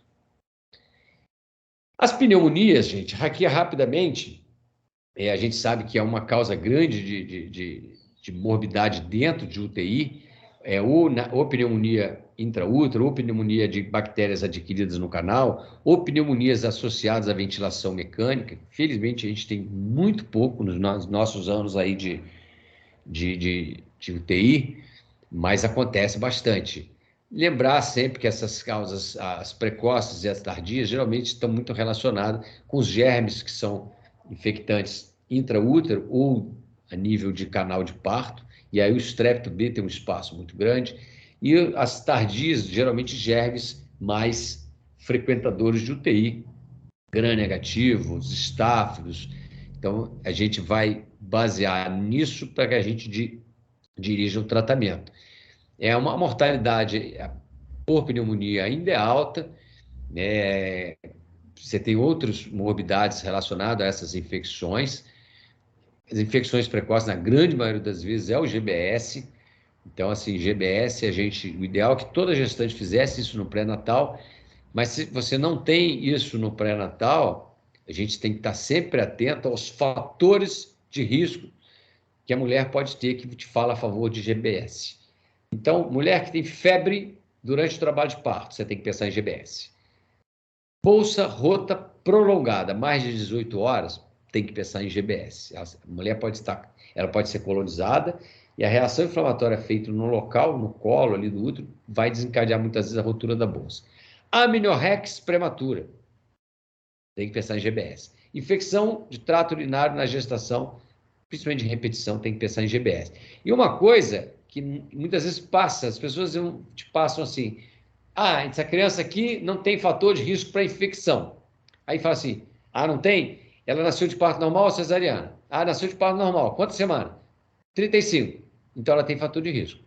Trabalho de parto prematuro, se não tiver uma causa definida, você tem que pensar em infecção e tem que pensar em GBS. A clínica, gente, a clínica de recém-nascido é muito inespecífica. Tudo pode causar sempre as mesmas coisas. Mas em quadros infecciosos, a gente tem que lembrar que a reação inflamatória sistêmica, né, dessas infecções geram muita instabilidade, né? Comprometimento cardiovascular, respiratório, pode fazer alteração hematológica. Então, assim, pode fazer resíduo gástrico, distensão abdominal, vômito. Então, assim, em recém-nascido, a gente sempre brinca assim, tudo em recém-nascido, toda alteração clínica em recém-nascido pode ser infecção, mas nem tudo é infecção. Então, isso explica porque que quase a maioria das crianças inicia-se com antibiótico, mas muitos que não são infectados você tem que suspender precocemente. Então, você vai lançar mão dos seus exames, hemograma, PCR, mas lembrando que esses exames não fazem diagnóstico, eles podem te ajudar a fazer pareamento, faz um, 24 horas faz outro, né? Você vai ter uma ideia da evolução deles. Hemocultura sempre, lembrando mais uma vez que as hemoculturas, quando existe a bactéria no sangue, elas crescem dentro das primeiras 48 horas de incubação, cresce depois disso, geralmente é muito mais contaminação, e sempre lembrando desse diagnóstico diferencial, quando for um prematuro, que às vezes é um prematuro, tem membrana, mas pode ter pneumonia associada, mas lembrando que, além da idade, se a idade estacional for mais madura, a criança fala muito mais a favor de pneumonia do que de membrana hialina. Se fez surfactante e não respondeu, fala muito mais a favor de pneumonia do que de membrana hialina. Precisou de droga vasoativa, principalmente porque estava hipotenso, fala muito mais a favor de infecção do que de membrana hialina. A história pode ajudar, E a criança que falha muitas vezes e precisa de ventilação, a gente também sempre pensa nesse diagnóstico. E para finalizar, a hipertensão pulmonar, lembrando que tem várias causas.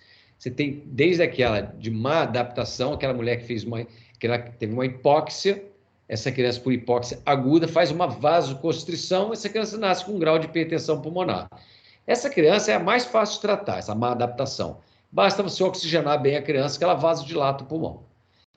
Crianças que estão expostas à hipóxia crônica, essas crianças, diferente da má adaptação, além de vasoconstrição, os vasos muscularizam o aparelho, ou seja, aparece esse músculo no local, em vasos que não é para ter músculo. Então, ele fica com a parede mais grossa e esses vasos são mais difíceis de vasodilatar. E você tem aquela forma de hipertensão onde tem pouca vasculatura. Se alguma coisa, geralmente malformação, gerou um processo de hipoplasia pulmonar. Pulmão pequeno, menos vasos, mais hipertensão pulmonar. O exame que define, na maioria das vezes, o diagnóstico, o padrão ouro, é o eco. Então, hoje, eco funcional, muita gente aprendendo a fazer eco funcional, ajuda pra caramba. Então, a pessoa consegue te dar uma ajuda em relação a isso, se tem regurgitação, se não tem, se tem abaulamento de septo, se não tem. Ele consegue te dar algumas informações importantes aí. Mas o eco feito por alguém que realmente saiba fazer eco de criança, de recém-nascido, fecha diagnóstico de hipertensão pulmonar. Clinicamente, o que chama atenção nessas crianças? Geralmente são crianças muito lábeis, são crianças que você está quietinha, está saturando bem no oxigênio. Mexeu com elas desabam a saturação. A outra coisa é diferença pré e pós-ductal. Então, lembrando que a gente está vendo aqui o canal arterial está aqui. Esse primeiro vaso que sai aqui da aorta é o tronco bracocefálico direito. Ele é que leva os vasos do membro superior direito e ele é que leva a cerebral média. Então, quando eu meço pré-ductal, ou seja, no membro superior direito, eu meço antes do canal jogar sangue venoso ali dentro da aorta. Então, aqui a saturação é maior do que daqui para frente. Então, se tiver diferença pré e pós-ductal, você tem grande chance de estar diante de uma hipertensão pulmonar. E se não tiver, não exclui o diagnóstico. Por quê? Você pode ter hipertensão pulmonar, mas, por exemplo, a criança pode estar com um forame aval grande, permitindo misturar o sangue dentro do coração. Então, ela não vai ter diferença pré e pós. Mas ela é um dado importante para diagnóstico. Então, o eco é que faz diagnóstico. Como é que eu trato? As linhas de tratamento, eu falei, nós vamos ter uma aula só disso, é reverter hipóxia, oxigenar essa criança, não deixar essa criança ficar acidótica, otimizar a função miocárdica, então avaliar a utilização de droga inotrópica. A gente tem preferido hoje muito usar adrenalina em dose baixa, 0,02, 0,03, tem um belo efeito inotrópico. Reduzir a resistência vascular pulmonar, então não é só aumentar a pressão sistólica dessa criança, ela tem que estar com uma função cardíaca boa, com uma pressão sistólica boa, mas você também tem que trabalhar numa outra frente mais importante, que é diminuir a resistência do vaso pulmonar. Quem faz isso? Ou é óxido nítrico, ou é milrinona. São as drogas que você usa com esse objetivo. Então, essa criança tem que estar hemodinamicamente compensadinha, com PA sistólica boa, geralmente PA média acima de 40, 50, e tentando, paralelo a isso, diminuir a resistência vasculatura pulmonar. É a droga padrão para isso, é o óxido nítrico, e a gente sabe que o óxido nítrico ativa a guanilciclase, que vai converter o GTP em GMP cíclico, que essa GMP cíclica é que faz a vasodilatação. Essa droga não faz vasodilatação sistêmica, porque uma vez que o óxido nítrico caia na circulação, ele se acopla à hemoglobina e vira meta-hemoglobina, que não tem efeito vasodilatador. Agora, uma coisa importante é a gente lembrar o seguinte: o óxido nítrico só age no pulmão que está recrutado. Não adianta nada você estar ventilando mal uma criança, como eu já vi algumas vezes, a pessoa, nossa, já está com 20 de pressão e não melhora, não melhora. Quando eu ponho no ambu, ela melhora. Então, quando você põe no ambu, ao invés de ventilar com 20, você provavelmente está ventilando com 30, 35, mas não sabe. Aí, aumentar de 20 para 25, você tem medo de fazer pneumotória. Mas na mão, você ventila 35 sem saber, e aí você não tem medo. Então, tá explicado o problema. Não adianta você querer dar óxido nítrico, uma criança tem um pulmão branco, pulmão que não abre, o óxido nítrico não chega no vaso, não chega no alvéolo, não chega no vaso. Então, óxido nítrico só age em pulmão bem recrutado. Aí, hoje, a gente, além além disso, a gente, quando a criança demora para sair do óxido nítrico, a gente associa o sildenafil, que é um vasodilatador pulmonar. Se ela tiver muita disfunção miocárdica e com PA boa, você pode usar milrinona. Então, tem outras possibilidades, a gente vai conversar um pouquinho melhor quando a gente falar de hipertensão pulmonar. Minha gente, era isso que eu queria falar com vocês. Se alguém quiser, ou deve, né, fazer perguntas e comentários, eu ficaria muito grato.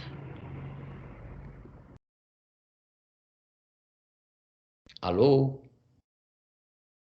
Ei, Cris, está dormindo aí? Não, não, é que eu mudei de lugar. Silêncio absoluto. Eu tô achando até que tá igual nessas aulas de vassoura, tô achando que não tem ninguém na sala aqui. Tem sim. O povo vai aparecer aí.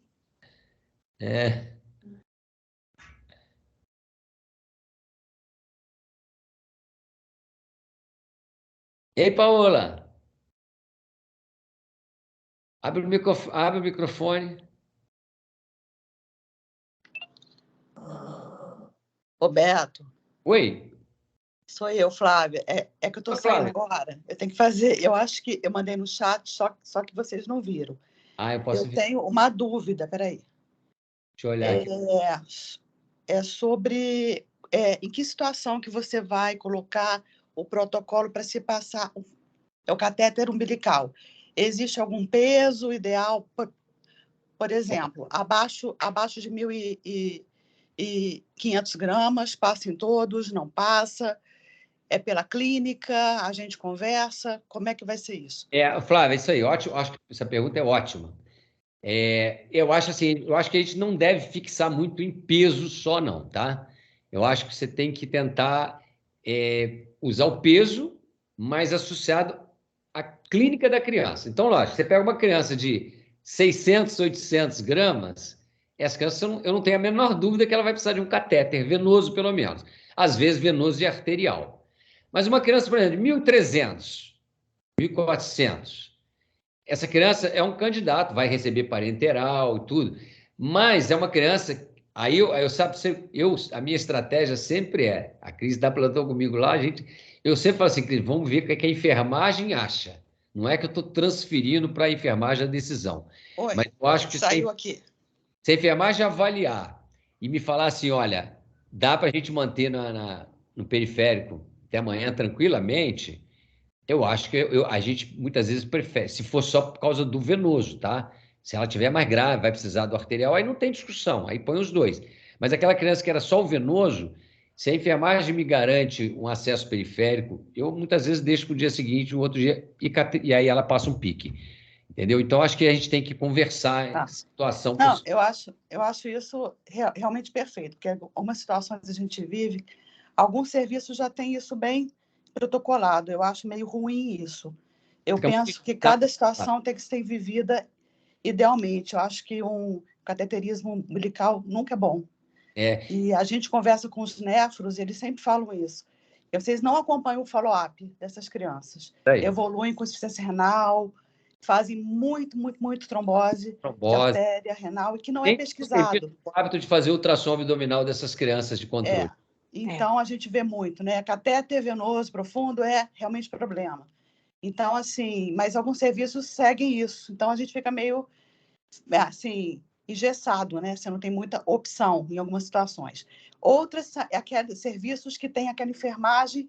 Ah, doutora, mas eu não consegui, eu não vou conseguir. E aí, mas eu acho que não é o caso aí, porque as meninas são antigas, as meninas têm a expertise para isso, têm uma boa vontade, mas eu já vivi muito isso. Sim. Desse outro lado. Ah, eu não vou conseguir. Não, primeiro tenta e depois a gente avalia, porque no outro dia é um outro dia, desde que a criança permita, né? Se for menor que 1.000 gramas, eu acho que já não tem muito o que pensar, porque vai precisar de um acesso, né, profundo, Isso aí. às vezes. Muitas vezes é decisão de equipe, né? Decisão de... E aí ligar, qualquer dúvida, ligar e falar com vocês, né? Isso aí. Então tá. Tá. Gente, eu tenho que ir, tá? Flávia, obrigado, viu? Obrigada. Quer falar, Ana Paula? Beto. Eu perdi um pouco por causa de internet, mas assim, eu fiquei com uma dúvida em relação ao surfactante, porque é claro que as coisas vão evoluindo, mas assim, geralmente quando a gente faz, fica um período assim de 6 horas sem aspirar, e no seu vídeo falou de 2 horas. Isso aí era 6 horas, era uma coisa lá quando começou a se fazer surfactante, que as pessoas falavam assim: ah, não Mas, né? pode aspirar nas próximas 6 horas, senão você vai aspirar o surfactante. Entendi. Isso pode acontecer, principalmente se a forma com que ele foi aplicado não foi adequada. Porque Sim. às vezes você pega o seguinte: você joga o surfactante dentro do tubo e conecta ele no respirador. Ele fica ali. Então, além dele não espalhar no pulmão, ele muitas vezes tem a possibilidade de obstruir o tubo, tá? Então, essa estratégia que eu mostrei no filmezinho, que a gente aplica e depois, durante 1 minuto, a gente ventila com uma frequência de 60. Quando a gente discutiu isso nesse local que a gente definiu essa rotina, 1, 2 pessoas de bom nível contra-argumentaram falando assim: nossa, mas eu sou contra essa rotina porque vocês vão ventilar na mão com ambu e isso faz muito mais lesão pulmonar. A pessoa, na verdade, ficou imaginando o ambu ventilando um pulmão com pressão muito alta, sem controle. Concordo plenamente com ela. Só que a defesa foi o seguinte: olha só tem um problema. Na verdade, quando você está ventilando com ambu, nesse momento, você não está ventilando o alvéolo. Você está ventilando uma coluna de surfactante que está no meio do caminho. Você está querendo empurrar essa coluna para dentro do pulmão, espalhar ela nesses alvéolos, entendeu? Então, aí você feito isso, geralmente ele não vai ficar voltando no tubo. Por isso você tem que ventilar 1 minuto, assim, para garantir o que ele foi. E aí, assim, não precisou aspirar, você vai tocando 1 hora, 2 horas, 3 horas. Mas chegou 2, 3 horas. Ó, essa criança está começando a cair saturação. Estou escutando aqui, está obstruindo. Você tem que aspirar. Se ele ainda estiver no tubo, esse surfactante aí já não te ajudou muito. Na verdade, eu nunca vi voltando, até porque as pediatras lá da ProBaby, né, que sempre eu acompanhei, sempre foi essa técnica aí. O professor foi bom, né, então, né? Graças a Deus. Aí. Fala, Kátia. Seu áudio está desligado. Peraí, Beto. É até uma pergunta da nossa amiga aqui, da Thaís. Qual é a sua experiência do RN voltar para o tubo com, tipo assim, se ele usar 1 dose de surfactante só e se ele usar 3? Porque aqui a gente usa muito 3 doses. Kátia, eu vou te falar a verdade, tem muito tempo que eu não vejo nem usar 2. E eu sempre digo assim, se você está usando muito surfactante, você tem que rever a sua indicação do surfactante. Eu não sei, alguma coisa está acontecendo. Ou ele tem algo mais do que membrana hialina, mas eu realmente não tenho visto isso. Tá? A criança usa 2, 3 doses de surfactante. Então, assim, eu não sei nem te dizer muito bem. É assim, pode acontecer, por exemplo, pessoas que fazem enxure. Enxure, que estava em CPAP, laringoscopou, entubou, fez surfactante, tira e põe no CPAP de novo. Pode falhar? Pode. Mas ela tentou uma coisa que é menos agressiva do que já deixar ventilado. Outros não gostam do enxure, por exemplo, quem usa fazer medicação pré-intubação, para intubar, doutora Cristiane, defensora número 1, nós estamos aqui, a gente faz isso, a gente briga no Fernandes Figueira com isso. Então, se você vai usar uma pré-medicação, a nossa rotina de pré-medicação para intubar recém-nascido é atropina, fentanil e curare, rocurônio. Então, se você faz isso, você não pode fazer enxure. Porque você não vai intubar uma criança que você usou um curare. Ou então você pode falar assim, então eu não vou usar o curare. Vou usar a atropina e vou usar uma dose mais baixa de fentanil. Aí eu vou tentar estubar ele rápido. Mas mesmo assim, pode ser que essa criança fique um pouco boba e não tolere. Né? Então, assim, na maioria das vezes, quem faz enxure, ele não faz nenhum tipo de medicação. Ele faz num sangue frio mesmo. Ele entuba, faz e tira o tubo. Né? É rapidinho. Esse rapidinho gera um estresse, assim, uma alteração de fluxo de sistema nervoso central absurdo. Variação de pressão arterial. É muito estresse, é muito estresse. Tanto que muitos questionam até o surfactante minimamente invasivo, porque você tem que laringoscopar. Né? Não é uma sonda que sabe o caminho das pedras, você enfia pelo nariz ou pela boca, ela vai lá na traqueia. Você vai ter que laringoscopar, olhar e enfiar a sondinha. Ele é minimamente invasivo porque você não entubou, mas você laringoscopou. Então, você gera um estresse da laringoscopia. Então, tem gente que não gosta, não defende. O Guilherme é um que não é muito chegado nisso. Por quê? Porque ele é defensor do CPAP e é defensor de sempre fazer medicação pré-intubação. Então, lá, quando eles não se seguram no CPAP, eles intubam, fazem surfactante e aí vai desmamando a criança, né, de maneira rápida, mas sem estubar imediatamente após. Mas, geralmente, assim, 2, 3 doses, realmente, as crianças podem ter pneumonia, né? Não sei o que pode estar acontecendo. Não sei se eu ajudei a Thaís. Ou confundi mais a cabeça da Thaís, né? Ajudou. Ela falou que ajudou. Então, tá bom. Às vezes também, né, Beto, rever estratégia de ventilação. Isso, às vezes é isso, não recruta pulmão, chega lá, desconecta, enfia a sonda, conecta de novo. Tem gente que joga surfactante sem sonda, joga lá de cima, que eu já vi. Mas só se você não recrutar o pulmão, então você tem uma criança que está lá com a membrana, pulmão mal ventilado. Se você não der pressão nesse pulmão, ele não abre. E aí, se você chegar nesse pulmão semi-fechado e jogar o surfactante ali, ele vai achar uma ou outra área do pulmão que ele vai conseguir chegar. Ele não vai chegar na grande parte do pulmão. Essa criança vai precisar repetir a dose, com certeza. Sim. Mas pode ser que a segunda dose, se você não melhorou sua estratégia de ventilação, ele também não vai fazer um efeito adequado. Entendeu? Então, acho que é muito isso aí que a Cris falou. Vai muito, de repente, a estratégia de ventilação pré-surfactante não está legal. Tem que rever isso. É só a sugestão, né, Cris? Sim, sim. Tá ótimo. Ok? Ok. Sim. Ei, Gabi! Oi! Gente, podemos encerrar, então? Podemos. Vou parar a gravação, então.